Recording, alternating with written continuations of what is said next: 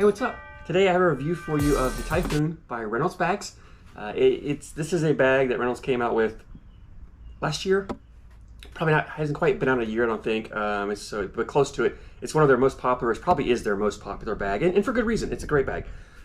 Quickly jump into the design of the bag. It's got the typical Reynolds bag. If you know Reynolds, this is what you see on all their bags, right? The name across the front, the model Typhoon right down here in the corner.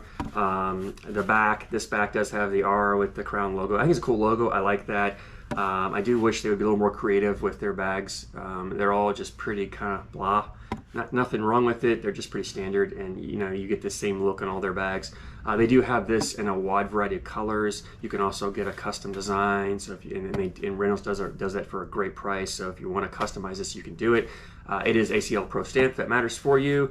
It does have the typical Reynolds fill in there. As far as the materials go, this is a Surefire. It's got the Surefire slow side. It's got the Surefire fast side. It's also the same as the Pro X as well. So if you're more familiar with Reynolds, it's the Pro X fast side. But this slow side is the only bag that Reynolds has right now that has this slow side, and it's the same as the Surefire. So if you're familiar with this bag here by Lucky Bags and you like this bag, that's exactly what you're getting here, except you're getting Reynolds fill as opposed to Lucky Bags fill. That's the only difference there. Speeds on it, slow side is a 5 speed, fast side is an 8 speed. I think Reynolds calls it an 8.5, so 5, 8.5, 8, 8.5, somewhere in that range. Great speeds. I really like this. This is probably the sweet spot for me for speeds of a bag because it's very versatile.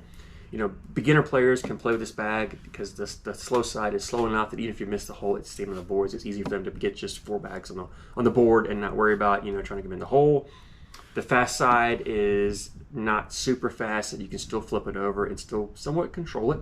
It's also great for the advanced, the pro players, because you can do a lot with this bag if you know how to manipulate bags, right?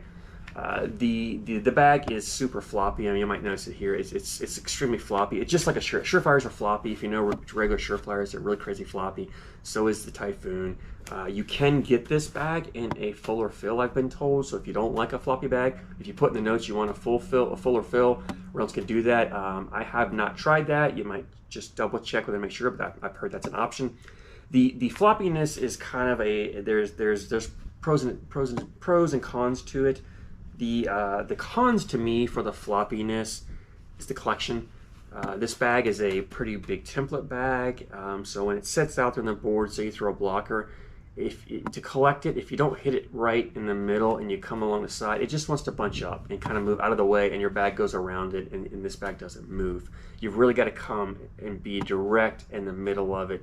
So V blocks are really critical, hitting that V. The other blocks, you want to catch it right in the middle of the side. You've got to be intentional by doing that. You can't just clip it. And so if you've got a bag that's a little bit further over onto your opponent's side and not right in your lane, you've got to make a decision of whether you really want to go after this bag and run the risk of losing a second offside, or just leaving this alone and hoping your opponent will collect it for you. The other thing about the floppiness to me is it really adds the hole friendliness, because that floppiness, as that bag goes by the hole and it's not perfectly, it's not the perfect line, it's a little off, it's going to want to grab that, spin around, boom, suck right in. Awesome for that. A fuller bag doesn't tend to grab as much as wants to kind of skip over the corner. The other positive of the floppiness of the bag is that it's great for getting around bags. So you don't really collect bags with this as much as you get around it. And I love this bag when I'm playing with opponents who use a slower bag, who like, especially carpet bags, like to dirty up the board. They want to put blockers and bags in your way, and they're waiting for you to collect it and do the work for them. Well, what I like about this bag is I can just kind of get around the bag. If they've got 2 bags there, this bag going to the middle will actually kind of fold up and scoot through it and still leave those other. It just kind of spreads away and leaves those bags there and makes your partner do the work, or your opponent do the work cleanup, and you're not doing it for them. So I love that about that. This bag is great for cutting, right to left, left to right. You can get around bags so easily. It's not a great bag for flopping or rolling because of the floppiness. It tends to want to just kind of hit and just kind of fold up and flatten out, as opposed to flipping over, so it doesn't get that roll, that flop to it as easily. You can still do it, just not that great for it. The other thing I find is the hole friendliness. I talked about the moving and catching the hole. This is a super hole friendly bag on both sides, but there is an asterisk attached to it. As long as this bag's moving, it's hole friendly. As long as it's sliding up, it'll catch the hole, spin around, drop in. When this bag comes up, catches the hole and stops and just sits there, now it becomes harder. It's not as hole friendly. It becomes hard to collect because it is floppy. This corner just will sit in the hole there, but the bag's still flat. It's just not. I mean, you can just keep hitting this with your bag after bag after bag after bag, and it's just not going to go anywhere. Airmail drag it. You can hit it all you want. It's not going anywhere. There's not enough fill here to full over to flip this in. So you've really got to be intentional of trying to collect this bag. You really got to go after this bag to collect it and pull it in, or really hit it more up on the lip and try to drag it in. The risk you run is when you come at it for it to collect, of leaving a second bag and having two bags hanging in the hole and not getting either one in, or the airmail drag, the airmail hits here and wants to bounce off, or hits and it falls in but doesn't drag this with it, right? So there is some danger in that. It is frustrating when that bag gets on there and just hangs there, and there are times that I have that bag that they'll go up and they just want to hang, and then when you get a couple of them stuck there, you get a couple of them bunched up, you're just not going to collect them because they are floppy. They do bunch. They want to fold up and they bunch as opposed to pushing. So that's kind of a negative to keep in mind, but I think the positives of the floppy bag, the get arounds, the way it kind of gets through types holes, or outweigh the negatives. That, you know, I can do a better job of collecting. I can do a better job of making sure my line is better, so I don't have it on the side of the hole. I have it in the hole.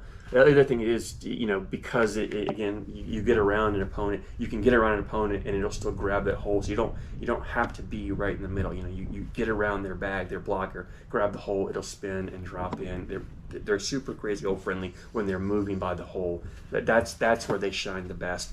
The other negative is humidity. This Surefire slow side sucks in humidity. I mean, in all the bags that use this material are awful in humid conditions. They just start stopping. They're almost unplayable.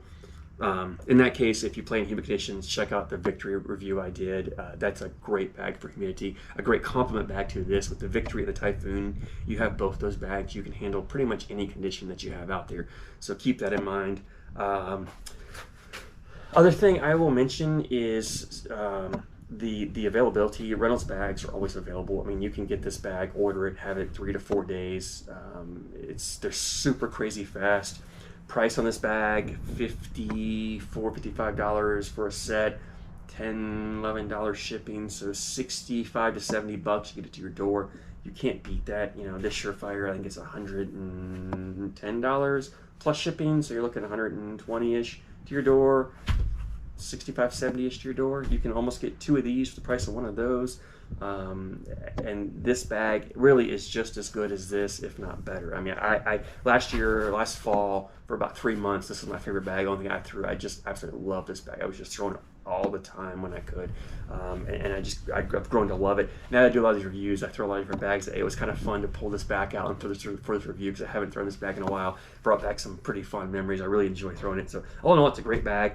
Great bag for beginners all the way to the advanced or pro players. Everybody can play with it. The only thing you might run into, like at blind draws, is not everybody likes a floppy bag. So you might run across some pushback on that. But a lot of the blind draw players love Surefire, so if they've thrown this, they'll have no problem throwing this. They play the same.